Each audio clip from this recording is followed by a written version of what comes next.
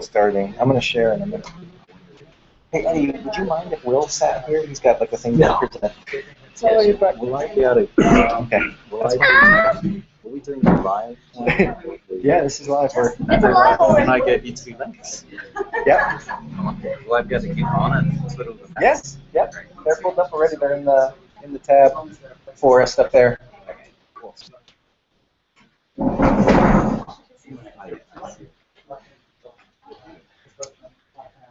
All right, guys. It's 6:04, Tuesday night, beautiful Bali, downtown Ubud, at the fantastic co-working space Ubud. We've got a great show for you tonight. The price is down. Volatility is up. We'll take a look at the price in a minute. We've got a new Indonesian Bitcoin exchange. Very mysterious. I don't know much about it, but we're going to show it to you. We've got our segment Bitcoin by the Numbers with Will. Lots of big news hit today. You probably know what I'm referring to, but stick around to the end. At the very end, we've got some big news and maybe even a twist that you hadn't thought about, and that's all coming up. So let's get started. Oh, incidentally, as you all know, in case you're new and aren't aware, we coordinate when we're not here together with this Bitcoins in Bali group. It's at facebook.com/groups/Bitcoins in Bali. Over the course of the week, we have our discussion online, and then when we get together on Tuesday, we talk about it. And during the meeting today, Vinny is going to be monitoring this post right here that we have pinned at the top. If you have any questions or comments, post them here, and during the question segment tonight, we'll take a look and try and address any questions that come up. So let me see. I'm going to share. I'm sharing then, right? Share the. Mm-hmm. There we go. All right.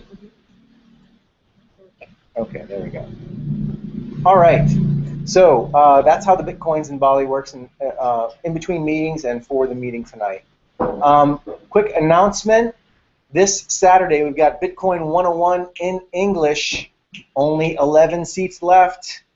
We've had a pretty good response, and I anticipate that we will sell out for this event. So if you'd like to join, or if you know somebody that's been interested in Bitcoin and would like to get their hands on some and learn how to store it and receive it and send it, we're going to be together here at Ubud at 10 a.m. on Saturday.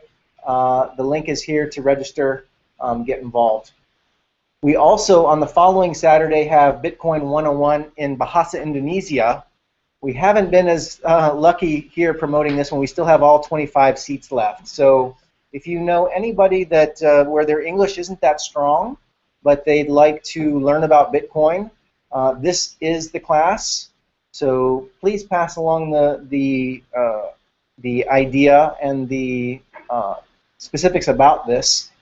And yeah, if you have any ideas about how we can reach out to the Bahasa Indonesia speaking population, we're all ears and we could use the help.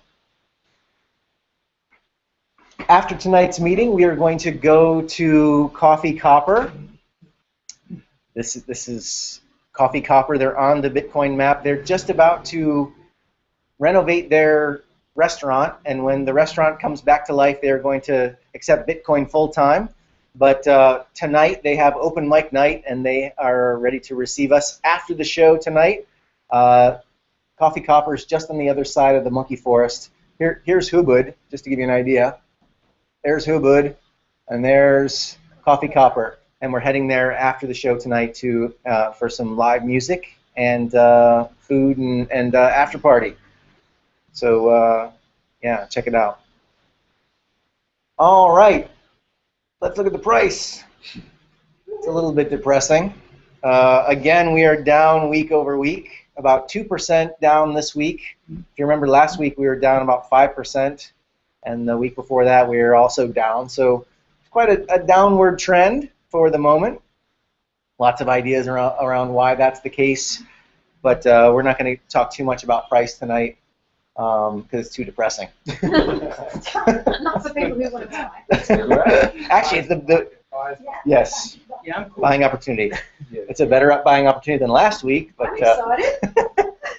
remember last week when we told you it was a buying opportunity? It's an even better buying opportunity this week. It's not actually. The Indonesian exchange has gone higher. Yes, let's take a look at that. Will's my plant for this evening. You can see 4.37% above the average for the globe. So now Bitcoins in Indonesia are more expensive than elsewhere. I have this theory that all of these miners around Indonesia, they were so unhappy to be below the market average for so long that now they're hanging on to their Bitcoins now. They're hard-mined Bitcoins. They're hanging on to them, waiting to sell, and that's what's driving the price up. But I have no idea if that's true or not. But it remains to be the case that Oscar's exchange is 4.37% above average. Of course, this means that on all these exchanges where it says there's a loss, like for example Coinbase, you could actually buy your Bitcoins on the Coinbase exchange and sell them on Oscar's exchange, and that becomes a 4.46% gain instead of a loss. So find your exchange in this list and go buy some Bitcoins and do some arbitrage. Speaking of Oscar's exchange, this is Oscar's exchange. We're currently at 5,770,000 rupiah for one Bitcoin. And that's a little bit more expensive than this other exchange that I wanted to mention. Here on this exchange, we're at 5.5 million rupiah for one Bitcoin. These are the guys from BitX. I believe they're out of South Africa, but they have opened up local exchanges in all of these places, so they are trying to take over the world. I sat down this week with the CEO or one of the founders of Corebit, which is the Korean exchange, and they were the dominant exchange for the last year, but he told me that there are at least 5 or 6 new exchanges popping up on the Korean market. So it's game on for exchanges. There's going to be lots of competition, but that's actually good for little old you and me, because it should mean that we're paying less to get our Bitcoins and to move our Bitcoins around and to exchange Bitcoin for fiat currency. So it's good news for us, bad news for the exchanges. Rick? And his other big piece of news was how the trading volume and the turnover volume changed in the last 12 months in Korea. Yeah. What were the numbers on it? Do you remember? About last year, about 12 months ago, they were doing about 10 Bitcoins a day, and now they're doing about 1,000. Yeah, that's amazing. And of course, it's the Indonesian exchange. We do between 25 and 75 Bitcoins today. We did 69 Bitcoins. So you can see that in Korea they're doing about 1,000 Bitcoins a day, and here in Indonesia we're only doing less than 100 a day. So that gives you an idea of the difference. Kind of interesting. All right. Let's take a look at the total market cap. All Bitcoins in existence are worth about $6,100,000,000 US dollars. And that's, like I said, that's down about 2% from last week. And we've actually come down a rung on the global BMIX score, which is the ranking of M1 currencies around the world. There are 190 currencies around the world, and Bitcoin is number 90 among them in terms of the value of the M1 money supply. So last week it was 89.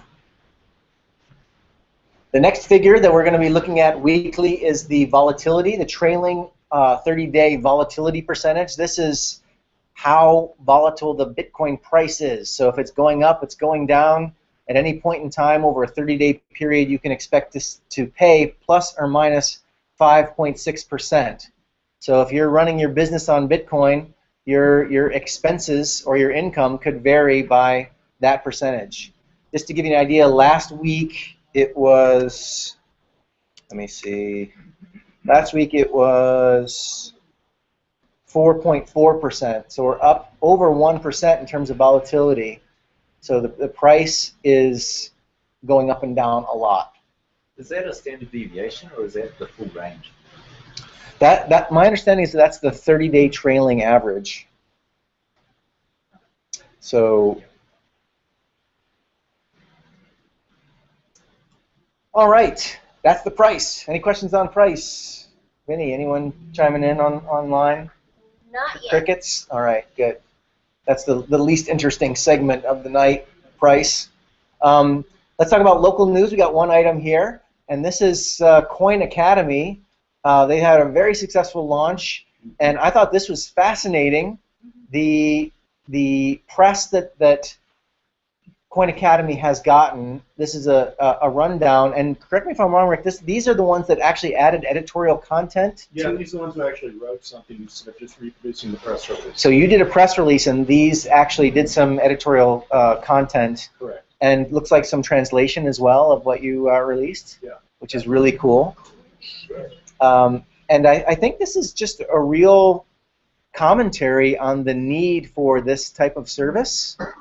Yeah, the acceptance has been really beyond our expectations, for sure. Yes, and you launched September 1st.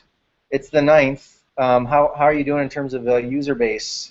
Well, last week when we had this meeting, I think we had about 24 active users, and just about a half hour before the meeting tonight, we hit 500 active students.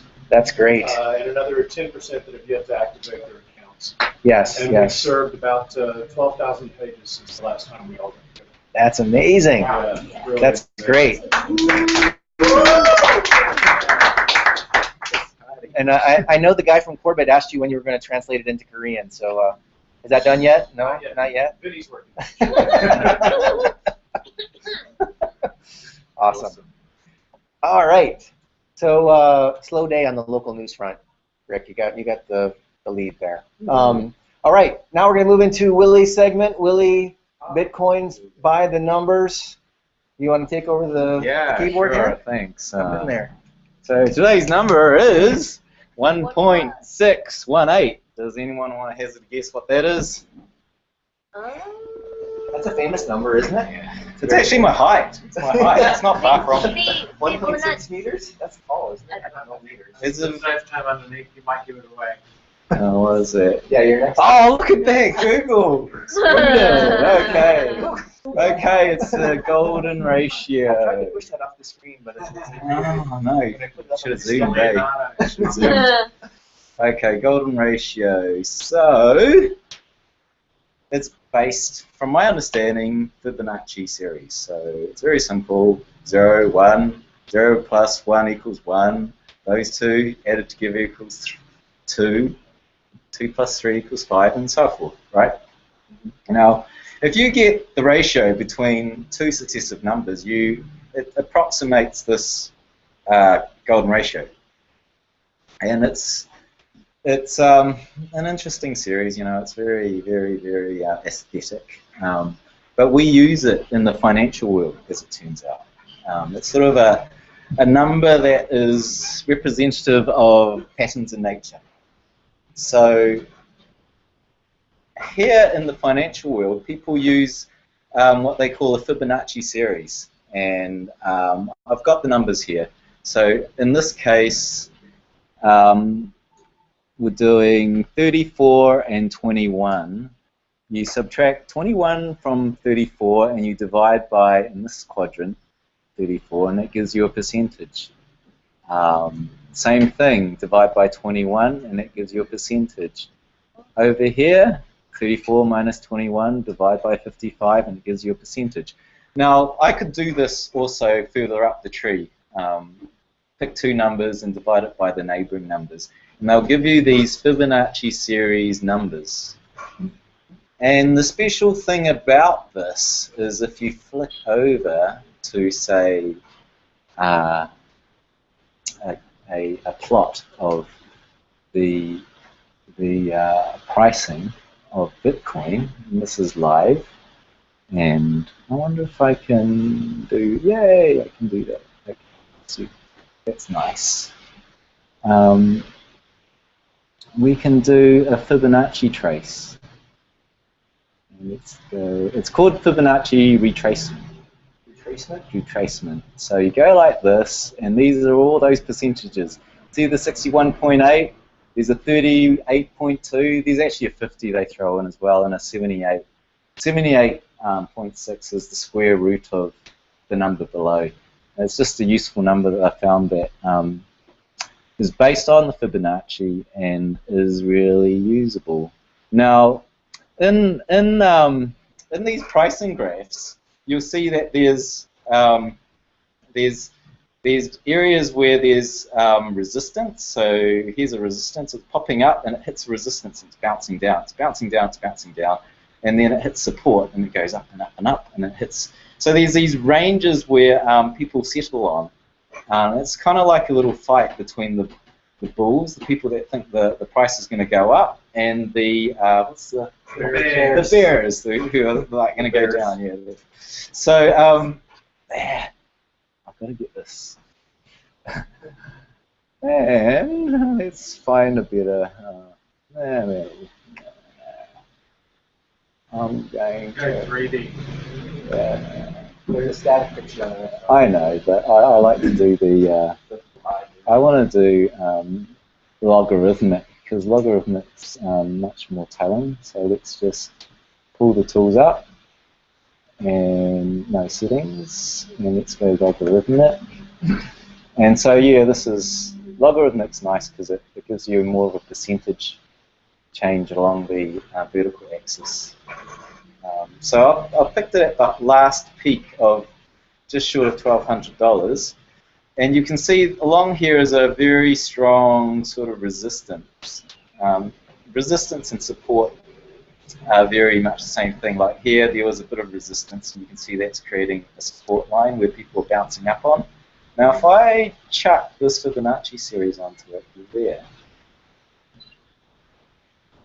is it going to unlock thing? Double click, I think, below. Thank you. There we go.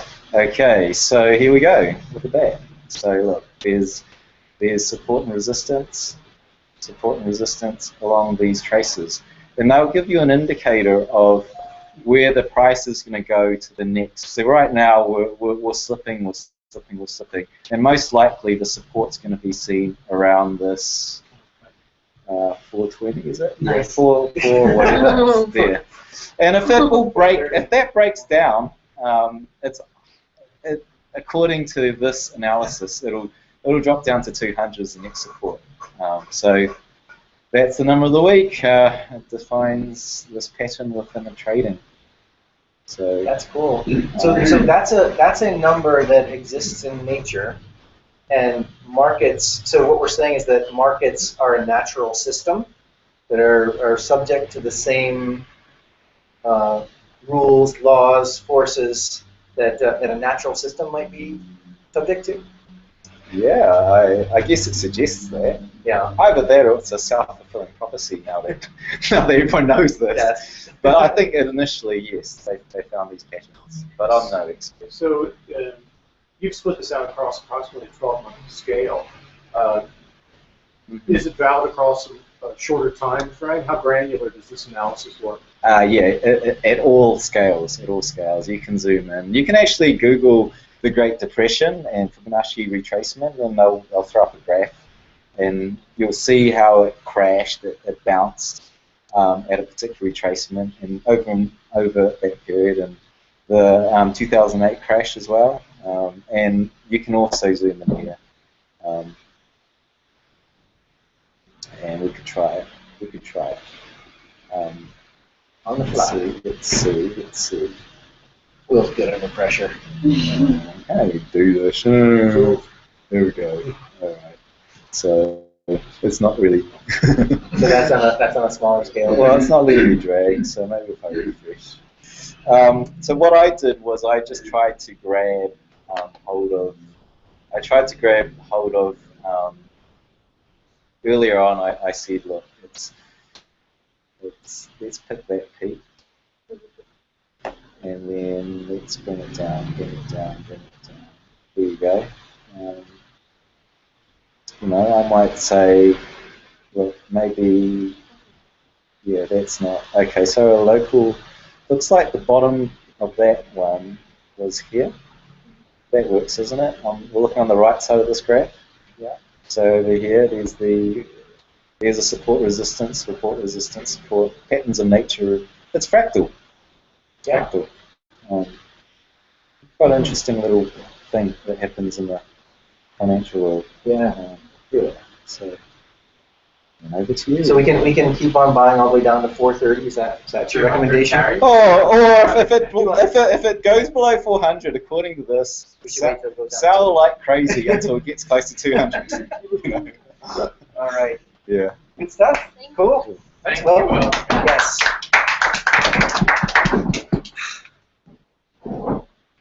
All right. I think this next tab was your backup plan. Yeah, that was The static image. That's a static image. Yes, yours is much more engaging. Much more engaging. All right. Now we're going to get into the news segment. And we've got a few tabs that I have pulled up from the last week of postings in Bitcoins in Bali. The first one, and this was not one that I posted, but I thought it was interesting because Michigan in the United States is a large state, and this is actually where I was born. And Ann Arbor, Michigan is where I went to school. Wow. So thank you, Teddy. I think it was Teddy that posted this one. What's cool about this is they're building a Bitcoin economy in Michigan. Right? Michigan is home to Detroit. Detroit is home of the auto industry, and the auto industry ain't what it used to be in Detroit. In fact, the city of Detroit went bankrupt. They have no money in Detroit. And actually, there's a bit of anarchy going on in Detroit. There are private garbage disposal services, and there are private security outfits that, as I understand it. So they are surviving without a municipality in Detroit, which is interesting in itself. And it's also interesting that they are trying to move to another currency to create economies for themselves. And that's really what we're trying to do here as well. It can really help the local economy if it becomes adopted and used widely. Then it can very much help a local economy. This Michigan economy needs help, and arguably, if you take a world view, countries like Indonesia and other countries in the emerging markets can benefit greatly if an economy based on fair money emerges. Actually, that's really the impetus for the Bitcoins in Bali group, and I think it's why it's so interesting to think about these problems in this part of the world. But we're not alone. There are other parts of the world, even in the United States, where they're trying to reap the benefits and some of the promise of what Bitcoin has to offer. And it's a great story. I encourage you to take a look at it. This microeconomy can serve as a model for functions of the greater Bitcoin economy, and at the local level, communities can now benefit and create new forms of wealth, health, prosperity, and innovation for themselves. I think they went out with a bang in that article. They talk about how they do it up above with sustainable farming and yoga studios and basically spending locally to try and get the money into circulation. I thought it was a good addition. Thanks, Teddy, for that. Next tab. This one was just posted earlier today from Will. GEM is a Bitcoin API to seamlessly build Bitcoin services with bank-grade security. And I think, whether or not this service survives, I think this is the type of company we're going to see a lot of and solves a real fundamental problem with the Bitcoin infrastructure just from a usability standpoint. Essentially, individuals are responsible for their Bitcoin wallets, and there's not a lot of sophistication around spending limits and fraud alerts and things that most people don't want to become an expert on, right? And this company, this is actually this guy here, Micah, actually started the Bitcoin meetup in Los Angeles. So I went to half a dozen Bitcoin meetups in Los Angeles before I came to Bali, and this guy was just running the meetups. So who knows? Maybe I'll be I'll follow in his footsteps and be some sort of Bitcoin mogul someday, but I doubt it. he just got big funding from some angel investors, and he's created what looks like, I mean, without knowing more, a really cool API that allows people to build applications that have some of this stuff built in. So, interestingly enough, they talk about, his company built an API. It's kind of hard to demo an API or get people excited about an API. For those who don't know, API is Application Programming Interface. It's how computers talk. So there's no fancy screen to show, no slick app. There's just some code. Yeah, right, plumbing. Yeah, that's a good analogy. But they were actually able to create an app with their API, and that's what they demonstrated. They built this world-class wallet, so they say, using their own API, and it has things like multi-signature transactions that support things like spending limits and fraud alerts, and things that will help you keep more of your money if some nefarious people show up and try to break into what you're doing. So I think it's a good step. I thought it was a good posting. You posted it, Will. Did I miss anything? I think you got most of it. Yeah. Micah Winkle Yeah, specs. it's very new. It's only like, what, 8 hours since launch? Yeah, it's So quite a new story. This conference is going on right now. It's a 4-day conference. This Disrupt. Yeah, it's a big start. Yeah, cool. Keep your eyes on that and other stuff like it. I think there's more to come. There was another article. I don't have it open in a tab, but Mike Hearn, one of Bitcoin's core developers, granted an interview saying that Bitcoin was fragile, right? And the technology isn't fragile, but all of the tools around it kind of are. And there's not enough error protection for human error or user error. Ease of use type of tools. That was his point in the interview.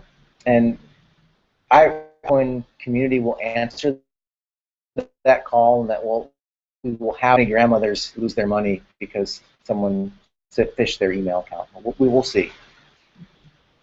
All right. Next story. This one came in right at the wire. Hacker hijacks Satoshi Nakamoto's email, threatens to reveal all. For those of you who don't know, most of you probably know, is the person or group of people that invented Bitcoin. Way back in 2009, he published a 9-page paper in an obscure cryptography message board. And when people took a look at it and figured out what it was, well, off we went, and Bitcoin was invented. When he was corresponding with the other developers that he got interested in his project, he used an email address, and that email was hacked. Is that right, Rick? That's what it says. And Just came out today. and then I like this little piece from whoever hacked his account. Dear Satoshi, your docs, passwords, and IP addresses are being sold on the dark net. Apparently, you didn't configure Tor properly, and your IP leaked when you used your email account sometime in 2010. That's geek speak, which I will not translate. You can figure it out for yourself with Google later. You are not safe. You need to get out of where you are as soon as possible before these people harm you. Thank you for inventing Bitcoin. End quote. Wait, that was from who? It's from the person that hacked the account, I guess. No, I think it's Someone else. That was someone that saw that the account was hacked. No, that post was actually sent from the account. That email Oh, was from sent the account. So this guy's like a black hat, white hat. Yeah. It's a weird world we live in. Incidentally, Satoshi is a very mysterious figure. He hasn't used that email account since Gavin Andreessen had an appointment with the CIA to talk about Bitcoin back in the day. And as far as I know, all of the Bitcoins that he created with his rig have never been spent. You can find his Bitcoin address and go look at that address, and you can see that all those Bitcoins are just sitting there, never been moved, never been touched. They're a little dusty. There's some cobwebs on them. It's 5% of the money. It's 5% of all of the Bitcoin money supply. Maybe he lost his private key. Yes, maybe he lost his private key. That would be so painful. That would be. They probably delivered. Well, it's Probably, I'd yeah. like to think that. Yeah, why he has become such a saint in the world of Bitcoin. I'm sure that's true. not? So anyway, that was a good addition from Rick. I thought that was a good story to add. But that brings us, drum roll, to our main story, which I think is really fascinating. Anybody have any guesses about what I'm about to talk about? All right, right on. Yes, PayPal. But before we get to PayPal, though, I just wanted to remind you that you saw it here first. Back in June, we ran this clip on Bitcoins and Filter. eBay. You wrote a column about this. I know, hinting quite heavily that eBay may very soon start accepting Bitcoins. Listen to what he had to say. I think there's no doubt digital currency is going to play an important role going forward at PayPal. We're going to have to integrate digital currencies into our wallet. So handicap it. How quickly do you think we're going to see Bitcoin in PayPal? Oh, I don't know. I This is can't from back give a in June. specific time, but I think you'll begin to see Bitcoin used in different use cases, whether it's a peer-to-peer use case, a cross-border transaction, someone sending currency to someone else. And then over time, you'll begin to see it with some merchants accepting Bitcoin. And I don't know how big it'll get, how quickly, but I do think the underlying theme of digital currency is something that we're aware of and we're going to pay attention to. You own any Bitcoin? Yes, I do. Personally? Yes, I do. What do you think it should be worth? I don't, for me, I'm not buying it as an investment. I'm buying it to understand how it can be used. I think there are two sides of it, the investment side and then the digital currency side. And I'm more interested in the digital currency side about how you and I can exchange values seamlessly using technology. I got to tell you, I don't know if it's a Stockholm syndrome or what, but everybody that I talk to out here, and it's sort of, you get into it, really does talk about Bitcoin as the next big thing, and they believe it. And They're not even kidding around. It's not just some kind of fly-by-night thing that they're It's not playing with. not even They a are fly-by-night serious kind of and very thing. big Okay, company. thank you. I'm going to cut him off. Bitcoin's not even fly-by-night. But eBay is the parent company of PayPal. He commented on PayPal. The reporter there asked him, how soon are we going to see this? And you can see today that first we had eBay announcing that Braintree, their payment unit, was going to begin transacting in Bitcoin. And this is a big deal. These guys transact a lot of payments for a lot of big companies, in particular Airbnb and Uber. Airbnb we're all familiar with. Lots of people use Airbnb here in Bali. Uber, for those of you who don't know, is a taxi service that's not a taxi service. Basically, they've got these black sedans, and you can get out your phone, figure out exactly where the closest Uber car is, click on it, and then they come and pick you up, and your credit card is charged, and you never exchange any money with the driver at all. Perfect use case for Bitcoin, and it'll be interesting now that Braintree is integrating Bitcoin if we'll see it with Uber and with Airbnb. But as soon as Airbnb comes online, theoretically we could come back to CoinMap, and basically, Bali would be, well, it would have a lot more than 19 dots.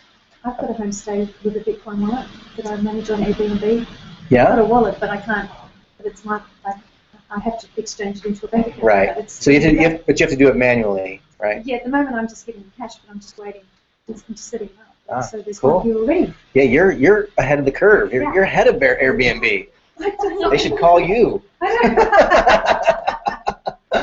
wish they Anyway, would. I think that's very exciting news. And interestingly enough, in this announcement, they say, where is it here? While users will not yet see Bitcoin integration in eBay's marketplace or PayPal, well, when was that? Yeah, this was on a few days ago, and lo and behold, today, this is a couple days ago. Apparently, eBay and PayPal are not talking that much. At least their marketing departments aren't. But here we have this little gem, which I'll play for you now. Check it out. We are the people who have built a whole new place to live, dream, be. We employ ourselves. Our phone is our wallet. We can spend Bitcoin with a tap, without a pocket. We can buy and sell and rent and send monthly money to a friend. From the coffee bar and sugar bar, we are unstoppable with our thumbs. Just one touch to buy just about anything. No need. Incidentally, it's really fun to like pause this video and various. Vote. Time after time, or remember password lines, get that dress, a cabin, a concert ticket. We live on all devices and are as mobile as they truly. No need to state any details of tab, not even when we pay number. We have magical money, not bound by bank or bill. It's instant, simple, and secure enough to get out of the way. The city is self-employed to the people economy.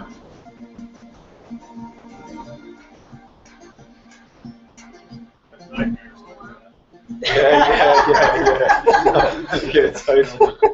I have to like pitch them to hire me to make the next video. I can do a way better job. Yeah, That's so Just creepy. give me like my iPhone. All right, we'll give me your number, Eddie. So I thought that was really interesting. A few notable comments in the dialogue there, the monologue, I guess. First one being, we can pay with Bitcoin with a tap. I don't know, you cannot do that with PayPal today. If you have the PayPal app, you cannot spend Bitcoin. So this is... They're foreshadowing the iOS payment system. Yeah, Right. Yep. I'll get to that in a second. Sorry. Well, it's interesting that they're announcing basically this Bitcoin integration that isn't there yet. Why? I think we'll learn in a minute.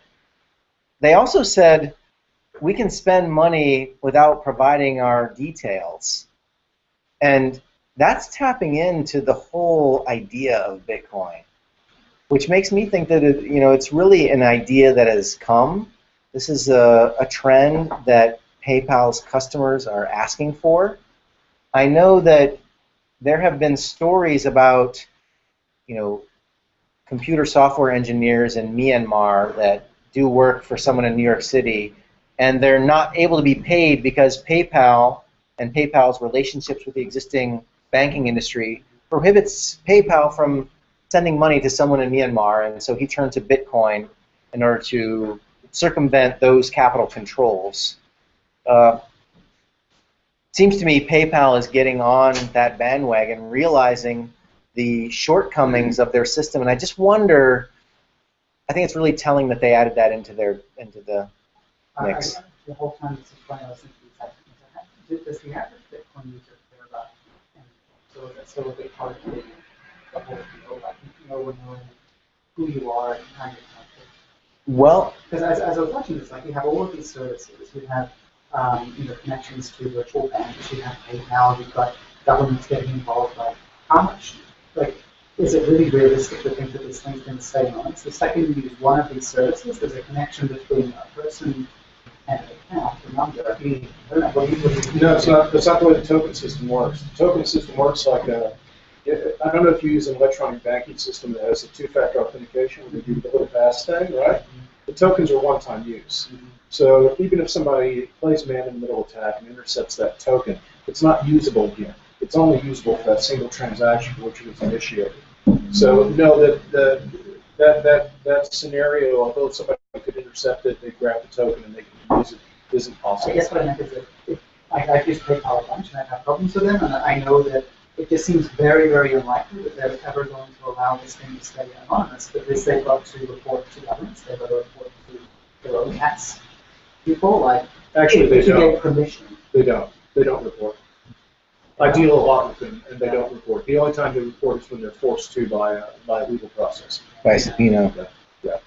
But they do play nice with the existing banking system, and I do know that there's Operation Choke Point, and the thing that happened with WikiLeaks, where they have succumbed to the pressure, the political pressure that the banking system can bring to bear. I don't think that people are going to be doing anonymous transactions with PayPal. I think that when they say you don't have to provide your details, that means I don't have to sit there and type my address 10 times, and get the security code off the back of my card. I think they're also referencing, again, the whole iOS tokenization system that's coming out, because that's also premised in the whole idea. You don't have to give up, you don't have to log in, you don't have to put a password, it's all token. Yes. So that brings us to the next tab. Well, the question is, why did PayPal release this video when they don't have that functionality? And the answer, I think, is right here. And we all know the problems that we had earlier in the year with Bitcoin wallet apps on the Apple Store. Apple was not friendly to payment mechanisms within their store. They've since changed their mind, but who knows what they have up their sleeve. It's interesting that, well, it's all over the internet in terms of rumors. It's probably true. They're going to have a new phone tomorrow, and it's going to have some sort of payment mechanism built into it. And that's probably what precipitated the announcement from PayPal. And, well, I don't know how late you guys are staying up tonight. 6 more hours, we might have a better idea. But it's fascinating. It's really, really fascinating. Who knows if this would have even been the case if Bitcoin hadn't come around? You know, Bitcoin is a player. It's tapping into a mega trend. It's answering a market need. And these big companies are getting involved. It really bodes well. I know we're down 2% on the price, and who knows why. But if you're long on Bitcoin, this is all very good news. And, well, I'll just leave it to your imagination. Any other questions or comments on that? No. Great mystery to It is a great mystery to end with. All right. Well, if there are no more comments, then I'll wrap things up. We are going to Coffee Copper, which is one of these 19 dots down here. Don't worry, you can follow me on my scooter. It's not very far from here. We're going to Coffee Copper after tonight's Bitcoin filter, and we're going to go spend our Bitcoins on beer and nasi goreng. That's fried rice for all you people who don't speak Bahasa Indonesia. And don't forget that this Saturday, please tell your friends and other people that are interested in Bitcoin that we are going to have Bitcoin 101 in English. There are only 11 seats left, so get involved. Please help us spread the word. And even more so in terms of promotion, please tell your friends, your families, your homestays that, that we'd like to reach out to them too. This is the following Saturday. There are still 25 seats left. That's a full roster. Vinny is going to deliver that class in Bahasa Indonesia, and please help us get the word out. With that, are there any other announcements or community things that I should mention? All right. Thanks for coming out tonight, guys. Take a look at Bitcoins in Bali, and we'll see you again next Tuesday night, same time right here at Hubud. Thanks, guys. Thank you.